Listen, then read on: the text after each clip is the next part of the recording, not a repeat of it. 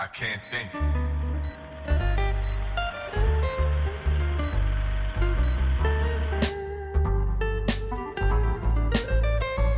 am I supposed to?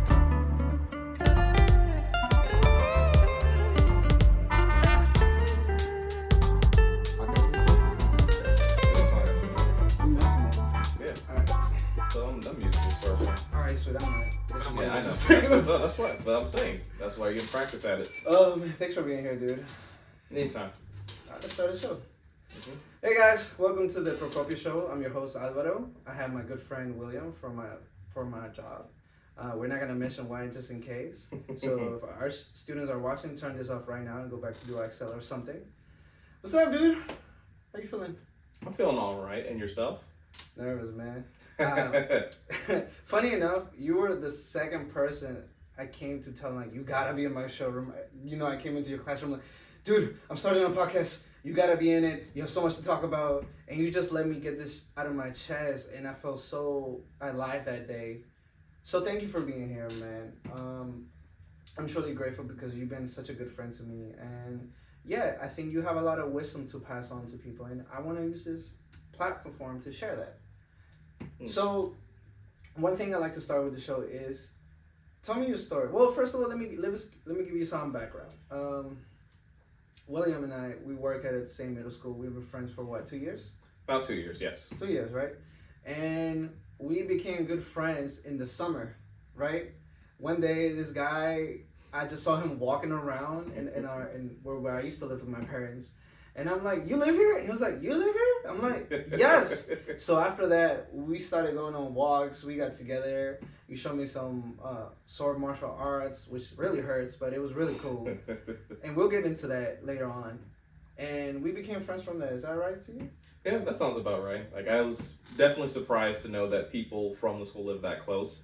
My biggest concern was thinking about, what if the students find us and they see us and they start recording that and spread it all over Instagram or dude. any social media account. We've been TikTok famous. It would be crazy. And be like, we didn't have anything to do with this. Funny enough, there is an Instagram where all of us are in it. So they say if they don't like it, you're gonna end up. You're gonna end up on it, yeah. But so far, I haven't seen anything from us. So we're good, maybe. But let's pray we keep it that way, dude.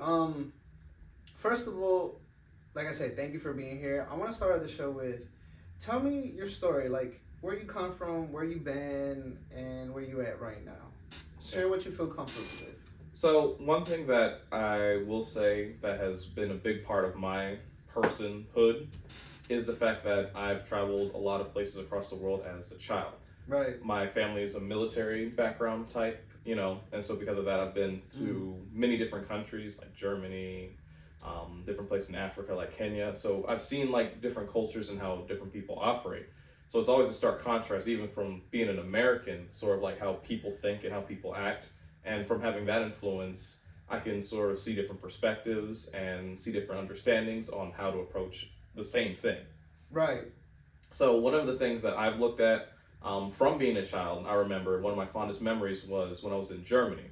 Like I was like toddler age. And one of the things that I was always surrounded by was these large looming castles. Really? And I always was just impressed of like people build these things, what type of people lived in them, what was their culture like, what was their, well-being, and like just sort of all that. And I think that sort of inspired me at an early age to want to like learn about like knights and medieval history, because it's like these people did such marvelous, glorious things. Also some bad things too. Yeah. Right? Yeah, I'm not going to deny that, a lot of that history is some pretty rough stuff. Pretty rough stuff, but sort of like as a young kid seeing that as like, like I aspire to like know what that is and understand that.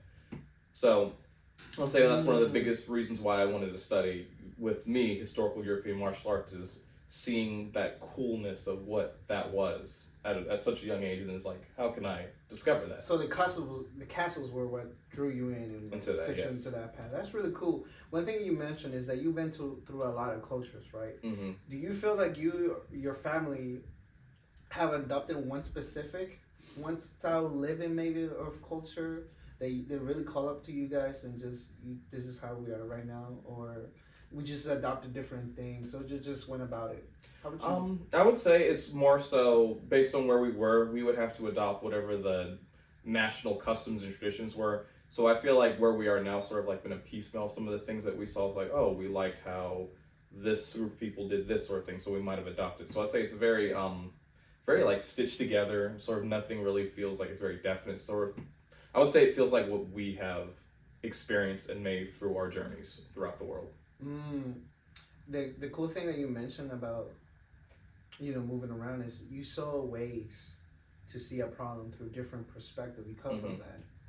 And I find that so intriguing. And the reason I mentioned this is this something that had to do with nature, because I know you're a science teacher, right? Yes. And you love nature and you love animals, or at least you come off as like you do, because you're very knowledgeable about this topic. Which when we used to go on walks, you taught me all sorts of things that I never even learned in class. So where did the nature aspect of your life came in? I would say for me, with understanding nature and stuff, one of the things that my parents always did was they put me in different nature programs and nature camps. So there's a nature center that I work at too as a part-time job as well. I went to there when I was a kid, because how it worked was my grandparents lived in the area here, even though I was traveling around the world. Right. And every summer, or roughly around that time, I would go back to the States in order to be with my grandparents for about that summer month period. Right. And they would always put me in nature camps and nature programs. So that always made me feel aware of, okay, well, this is how you identify certain animals. This is how you know what you're looking at, know what's dangerous, know what's not dangerous. And from being in nature and seeing that, I was able to appreciate that, and that led me down the path to, because my educational background, I do have a bachelor's in environmental science. So understanding how to preserve different things, how to get people to be interested and wanted to know about it, that's been part of what I do as well. Oh, wow. Have you found ways to connect those two worlds together? The science, you know, the nature and the martial arts together in one way, or do they stay in different bubbles and you just, you know, become master at both of them? See, it's very interesting that you bring it up, because, you know, this is kind of like a funny thing about what I do, because I am a YouTuber as well. Yeah. I call myself the Knight of Green, and I do blend a mixture of like environmental stuff, historical context with like martial arts and video games, as well as dinosaur stuff. So there is ways of bridging it, but I think the connecting tissue of it is the appreciation of history, because when you look at nature, a lot of it is very historical in terms of like how we developed in our understanding of animals, as well as like if you know are an evolutionary biologist, how things developed over a long period of time. So I think I would say the connective tissue was like, because I also like dinosaurs too, and it's a hilarious story with that. Yeah, please tell it. So when I was really young, I was a kid who always liked going up and down stairs, and my parents didn't really want me to do that because they think that, you know, if you fall over, it's just done. When you're that young of an age, yeah, you're screwed.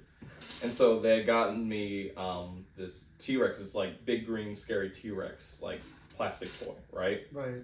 And they would put it at the entrance of stairs, so either the top or the bottom, to prevent me from going places, because it was big and scary, and I would look at it and be like, and just run away from it or crawl away, because, you know, I don't think I could walk at the time.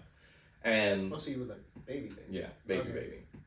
And so eventually, you know, I guess that part, because I was like, wait, how old were you when this happened? This is baby. Okay, this cool. is the age you're not supposed to climb upstairs. Okay, or go. cool. Because I was like, okay, 10-year-old scared of that? No, cool. So go on. So eventually I discovered that this dinosaur creature wasn't that scary and couldn't move. So I used scientific reasoning and deduction, even though I think of it as that, at a young age, to figure out that I could just knock it over and go up and down stairs. Wow.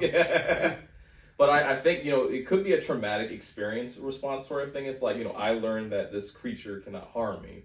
And then that might have been the catalyst for why do I want to study dinosaurs and other, like, animals and nature topics. Which, you know. Yeah. I mean, when you think about it like that, kind of sounds pretty sad and morbid. It's like, yeah. Nah, man, I got traumatized by a dinosaur. Dude, funny enough, I was having a conversation with my mom today, and I'm like, Mom, no matter what you do, no matter how great of a parent, one way you're going to end up messed up. You're going to have some trauma to deal with. Yep. And that's everybody. That's why we're flawed. We're naturally flawed, man. And at least I'd rather have that trauma than the other things that, you know, that I've heard. Yeah. So one thing that stood out from that is the fact that you use reasoning at a very early age. And you always come out very intuitive. Like you just know it for some reason. Do you think that's your earliest memory of that coming into fruition? I would say it's between that, And I think the fact that because I was always moving around at such an early age, Right. I think that sort of forces you as individuals because you have to adapt to different environments, different cultures, different So the dwellings. traveling. So I think it's mostly the traveling sort of forced me to get in a mindset where I have to adapt. I have to be on my feet and thinking on how to deal with certain things. And then from observing, again, like I said earlier, with different people, how they approach different situations, I can make a compilation of how I've seen people do certain things and then say, okay, how can I then approach it in a way that's both beneficial to me? That's pretty cool, and I can sort of relate to that because I come from Chile. Yeah. And I came when I was 11 years old. Unlike you, I only went to one country before that, but I do remember having this mentality. It was like, okay, how can I adapt to fit in or to understand? To me, it was more fitting in than survival. I just wanted to know people like me. You know, I was shy at the time, but over spans of time, man, I learned to love the American culture and all types of American culture, not just, rock and, I'm using music for example, not just rock and blues, I'm talking about rap and pop and then that got into the movie aspect and it just expanded. So it gave me an appreciation for the American culture. Hence why I like the idea of staying here. Yeah. So was there ever that, feeling like, dang, I really like this place where I'm at right now, I could definitely come back? You remember a place that you visited? I'm like, this is it. This feels right. Or did you not have enough time to feel like that ever? So, I'll be quite honest with you. This is one thing that I've been studying on my own too, with like military children and being raised in that type of environment. It's definitely one of those conditions that I could say where I don't really I learn enough so I can adapt to it, but I never really see any place as like home. I don't really feel like I belong to any group of people. I just feel like, oh, I can learn enough to adapt and function, but ever feeling like, man, this is what I call mine, my people, my culture. That's that's something that has always eluded to me. It's always just, I sort of feel like, I wouldn't say a chameleon per se, but sort of I just pick up and then adapt versus I call that dress for the weather kind of guy. Yeah. You don't have a specific, you don't like winter or you don't really care about summer. You just dress for the weather and you just accept for what it is. For what it is. That makes sense. And that mentality makes you stay sane, calm, and, appreciative, I guess. But no, thank you for sharing that. Seriously. I always find your story so interesting every time you tell me. Especially the moving around. I think this is the third time you told me, but every time you tell me, I get a different perspective on it. The thing I wanted to get into next is, how did you get into teaching? Because right now you've been teaching for what, 4 or 5 years? Did I get that? 6. This is the sixth. 6. I almost got it right. Okay, yeah, wait. No, you're fine. You're fine. Yeah. My research is very limited, but you get it. How did you get into teaching, dude? I'll be quite honest, it's mostly because when I started having children, it's just finding a stable career. Because before I was a teacher, it was always part-time stuff and doing grant work. Because before I was doing environmental restoration stuff. Before the children. Before the children. I would just sort of jump between different projects hey, we're going to restore these gardens or these natural wetland areas, and just be a grant thing. So it's you have XYZ time to get this done. And I would just be on board for that. And then afterwards, okay, well, where's the next project? Where's the next thing I need to do? Right. But when I had my firstborn child, it's sort of okay, it can't live by, chance. It has to be something that's definite. And at the time, I saw essentially a prompt to join what's called the resident teaching program, which is essentially, you have a degree in content area that we can apply to school, so science, right? Because I had an environmental biology degree, and we'll pretty much pay for the training, pay for this. All you gotta do is just be there, put yourself in the classroom, and that's essentially the stable career then. So okay, and I'll admit that it was definitely rough early, starting, because. What was rough about it? I would say, for me, I always did private Catholic schools growing up, and so the behaviors of children were very much different. It was very much the parents were forcing you to behave and do well because we're paying for this. So with that in mind, I didn't really see too many behavior issues growing up. It was just everyone was sitting there, do work, and and then going to a public school setting and just seeing the stark difference between that was sort of a shock to me, I would say. Wow. And so learning how to navigate public school kids it's still an ongoing process. Yeah, You always man. learn. You know how it is. You saw me the other day with those kids, and I love those kids, man. I love where we work. Shout out to where we work. We're not about to say it. We're not. We're gonna keep it humble, dude. We don't want y'all to find us. We don't want y'all to watch this. But working with these children, very underprivileged children, brings a different side of me, at least, that I never thought I had. So I want to ask you, when you started working in public school, I've seen your teaching methods. I see how you are with the children. What did they bring out of you, good or bad? I would say, from someone who likes studying medieval ancient cultures, right? I have a very high respect for people who, give it their all to want to see things that are, improve. Like they want to improve something, or they want to, create a culture where it's like there's respect. Right. What I see it in my kids is a lot of times they might not have a lot of adults in their lives that they respect, that they look up to for advice. Yes. I put myself in a position where, I'm very logical, very, in a way predictable. Because they know if they come to me for something, they know I'm going to give them good advice, or at least decent enough advice for them to be able to move on. Logical advice. Logical advice. And so when I position myself as that, they know to come to me for these things, and as a result, there's mutual respect. Right. I give them things to help them with their lives and in their schooling, and in turn, they essentially are as annoying as they might be for other individual teachers. That makes any sense. Right, because every time I go to class, those children are like quiet, working, and I'm just like, I can breathe. And I'm not saying my kids are bad. I've worked really hard to work my. Imagine this is my third year, but I took a lot of notes from your classroom and the way you are, but trying to make it my own is very difficult. So how long did it take you to find that formula? Took me about 4 years. 4 years, wow. 4 years. So it's been progress. It's been, but like you said, you always work to perfect something that did you, for example, if 1 year something didn't work, do you change it the next year? I don't change it necessarily next year. I do slight modifications with Modifications, okay. Just like, because again, one thing I remember that you like talking about is Atomic Habits. Oh, God. You love that book. Dude, oh my God, I just finished reading it again. I want to show you after all the notes I took. But yeah. But you're never going to take something and scrap it completely. Because if you scrap it completely, you might just feel really upset about, like, oh, this didn't work completely. Then it's like, oh, now I got to start all over again. Then there's anxiety that could develop from that. Right. And then you might even make a plan that's even worse than before. Right. So it's not about creating something from scratch. It's about salvaging what worked, the little pieces, and using that to build off of that. And so that's what had been the process for each year. It's like, okay, first year, dang, this was bad.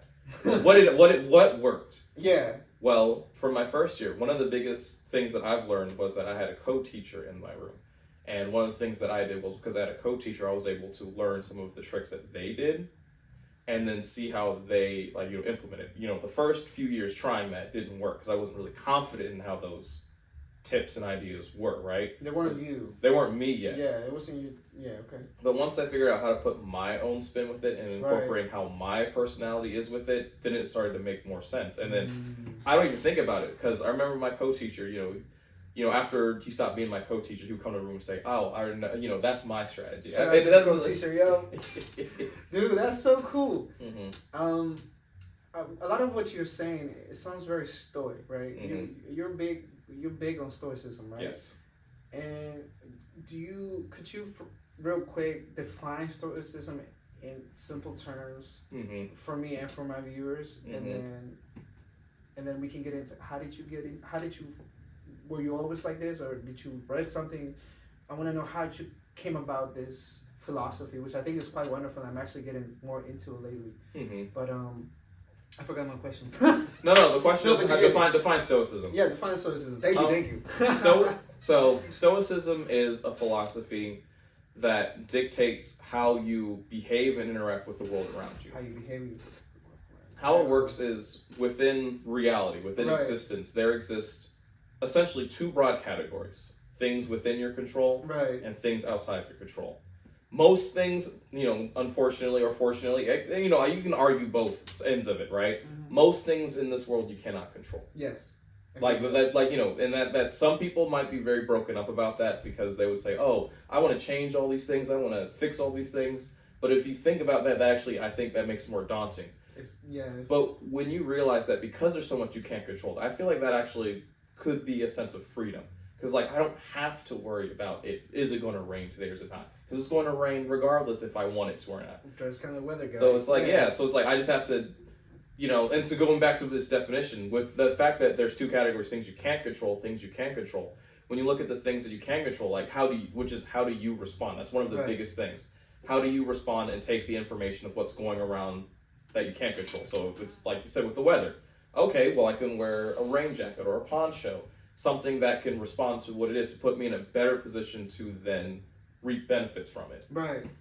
And so with that in mind, I think where it developed, because I know that was also part of the question. Yeah, what does this do? First of all, thank you for defining it, because one thing that you said that stands out again is the fact that realizing some things are out of your control was a very difficult concept for me to grasp at first, because I would blame everything for everything, right? Yeah. And it will make me miserable.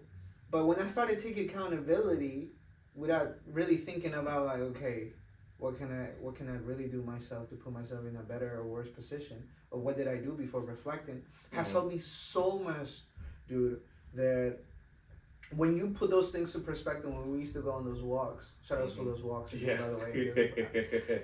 First of all, let me just say, I didn't realize the power of a walk. And I'm gonna deviate a little bit here, because you taught me the love of walking. It is the most simple, most perfect thing you can do for yourself if you're having a stressful day, or as an exercise, man. I remember when we go on walks, and I would run out of breath, and I would just want to keep talking. And then eventually I went on walks to listen to audiobooks because it was my quiet time, and I did it all through summer. And you gave me the best compliment. I'm like, wow, I've seen you getting better in your walks. But I just have such appreciation for walks, because now I can see we don't just have to go to the movies with friends. We don't just have to hang out and play video games, which we're definitely going to do after this. But you can going on walks with a friend. You can just get so much out of your chest. You can get exercise. You can get air. And I just want to thank you for that. Yeah. And at some point, man, but back to Stoicism. Actually, funny enough, that when I went on walks, I could see perspective. I get so many good insight on myself, and like, oh, actually, this is in my control. Let me call somebody about it. Yep. So shout out to those walks. Back to Stoicism. How did you came about this? So a few things. One of the things with discovering different like cultures and societies, you sort of see that outlook reflected on a lot of the people, because believe it or not, I think Stoicism is very popular outside of the U.S. Really? What countries would you say is most popular so far that you I would say when I went to different European countries, I feel like it was reflected a lot, because I think sort of with the climate of how it is like if you think about just sort of like historically how it's developed, right? Stoicism has its roots in like ancient Greek and Roman philosophy. So I think it might be by virtue of you're surrounded by the people who descended from the, that philosophy. So it's almost like tradition passed that on at some point, even more. Yeah. And also I feel I studied a lot of like Greek and Roman history and mythologies, and sort of just seeing how people behave and respond to like crazy stuff. Like, oh, this monster's attacking our village. Oh, I guess we got to pick up spears and throw it at it. Like, imagine problem, it's like, you got a problem, there's a spear. Yeah, just. So it comes from books and knowledge. Yeah, and it comes from that, and then sort of, I know it's kind of like childish to say. It's a lot of emulation, I would say. Okay. Because like, again, with my like YouTube channel, going back to that, I watch like, video games. Like I play like the Souls games, Dark Souls, Elden Ring, and I see what the characters do. Right. And one of the things that has inspired me is like seeing like, Artorias from Dark Souls 1, like doing flips and all sorts of somersaults, and literally saying, I want to learn how to do that. So I talked with different friends who do parkour, and then went to different gyms and actually taught myself how to do those somersaults and flips and, those maneuvers, and I felt really good. Like, I can do, the Dark Souls roll in actual armor. That's something that I taught myself. I thought, like, dang, how hard does this actually do? Was it hard? It's weird. It's one of those things that if you mess up, you could really mess yourself up because it's a lot of extra weight that you're like sort of like putting. But when you know how to like do the proper roll, then it becomes like feels natural. I gotta see that one day. Funny enough that you're talking about, because this is something I want to get into. One thing about you that I think one of the coolest thing about you, among other things, is the fact that you do sword martial arts, and you specifically made that your hobby, mastery. Why is sword martial arts? What was it about it, dude? Like, you could have done other things, but you decided specifically weapons.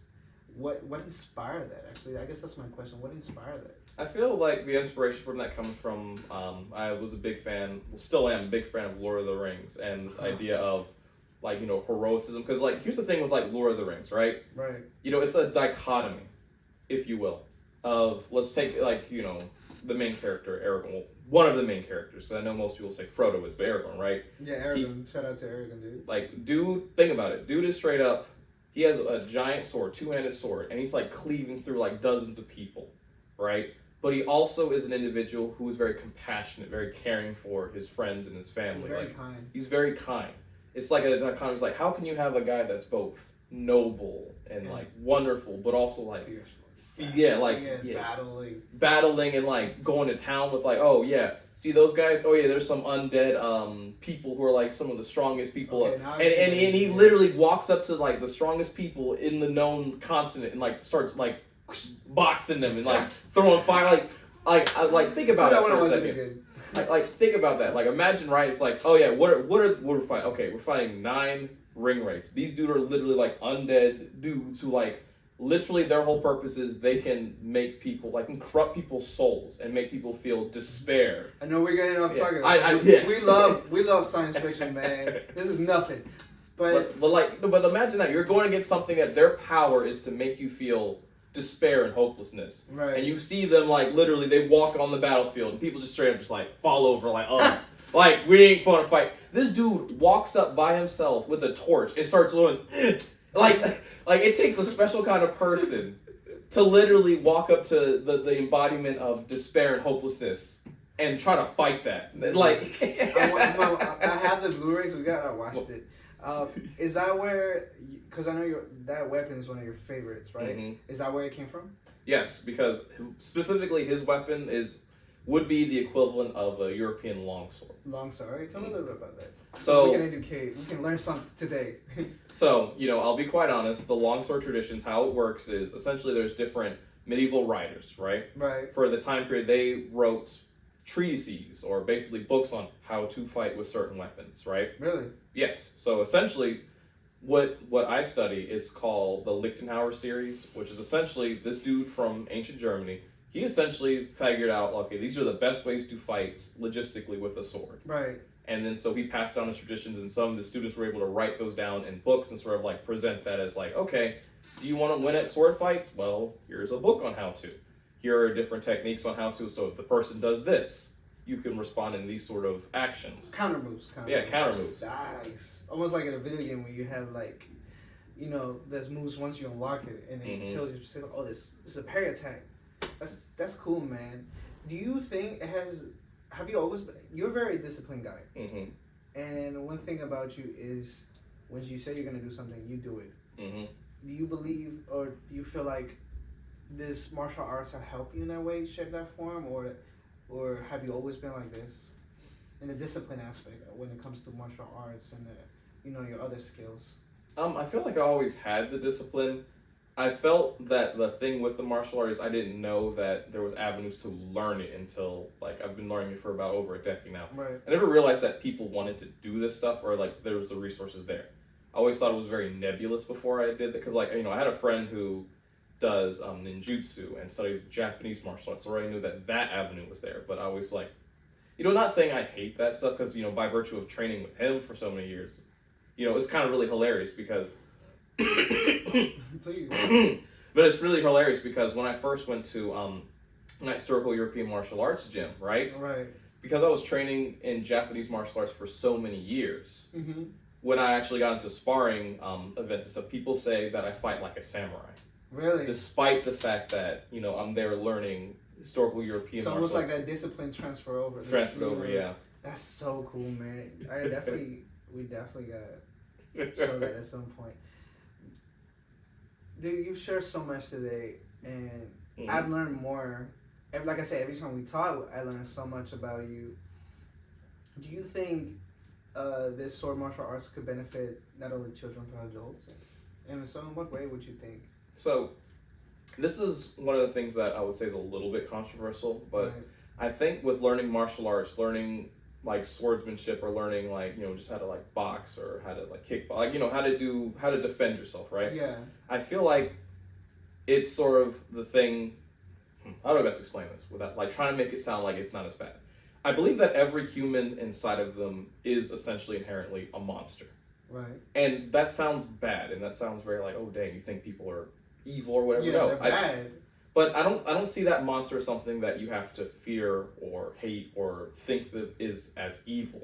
Mm-hmm. Everyone has the capacity to do horrible things. Yeah. But I feel like you have to have the ability to know how to temper those. So like, I know how to fight. Because I know how to fight, I know channel that. how to channel that energy in a way for positivity. So like back to like, again, Aragorn, right? He is a very kind, noble person, but he also can, mess people up. He always uses that ability to, when he's fighting, he's doing it for the sake of defending the weak or the people who are less skilled than him. So there's ways of, if you have those skills, you can channel that inner monster, if you will, into very wonderful and glorious, marvelous things. I get it. So it's almost like, and I'm a butcher it, but it's basically, we have this negativity and darkness inside of us. And I do agree with that. I believe we are all capable of doing horrendous things and bad things. Because we all have done it, some things. We all have done things that we're not proud of. Yep. And I feel like we can channel that energy into something positive. That's how books are made. I'm reading, for example, the 48 Laws of Power, and Robert Greene goes into a very negative space in his mind in order for him to write this. And he said he's very miserable when he does it. Yeah. But because of that, he comes out with beautiful literature, man, with lots of work. So I can see your point. And it does sound bad in paper, like, oh, everybody's a monster. Yeah. But it's accepting the human in us. Yes. Man, dang, that blew my mind. Thank you for sharing that, seriously. And I think I've covered everything. I always have this notebook, right? Because I just want to make sure I didn't miss anything in particular. And nah, man, I mean, I guess there is one final question that I do want to start asking my guests, is that what positive message do you want to pass on to your children, I guess? What is something that if there's something you wanted to pass on, some wisdom, something that has helped you, something that you've overcome, any experiences that were crappy but you made them work in your favor, whatever, man, whatever comes to your mind, what is something you want to pass on to the viewers if they're watching, maybe they were struggling with something you struggled? Which I don't think we got into that, but that's okay. Yeah, no, you're fine. But you get my question? No, I understand your question. Cool. Yeah, it's positive stuff, man.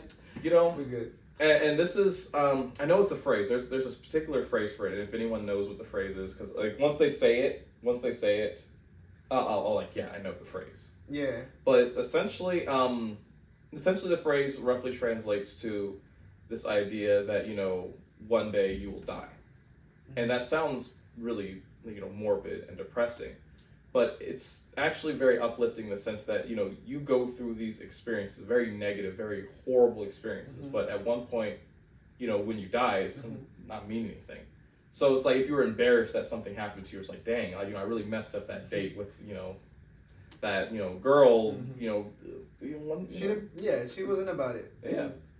But eventually, there's gonna be some point no one's gonna really care, no one's gonna remember, no one's gonna People are gonna move on. People gonna move on, and then you can just literally from that every day live your life to just be there, experience. And if you want to do something great and more wonderful, that's fine. Wow. But don't do it for other people. Don't do it for because realistically, once your time is done, within literally a few weeks, realistically, no one's gonna really care. Unless you did something so heinous that they write it down in a book or something. Yeah, unless it's that, but that's what I would say is. I get exactly what you're saying. Death and living your life, because it's your life. And if something bad happened, just move on from there.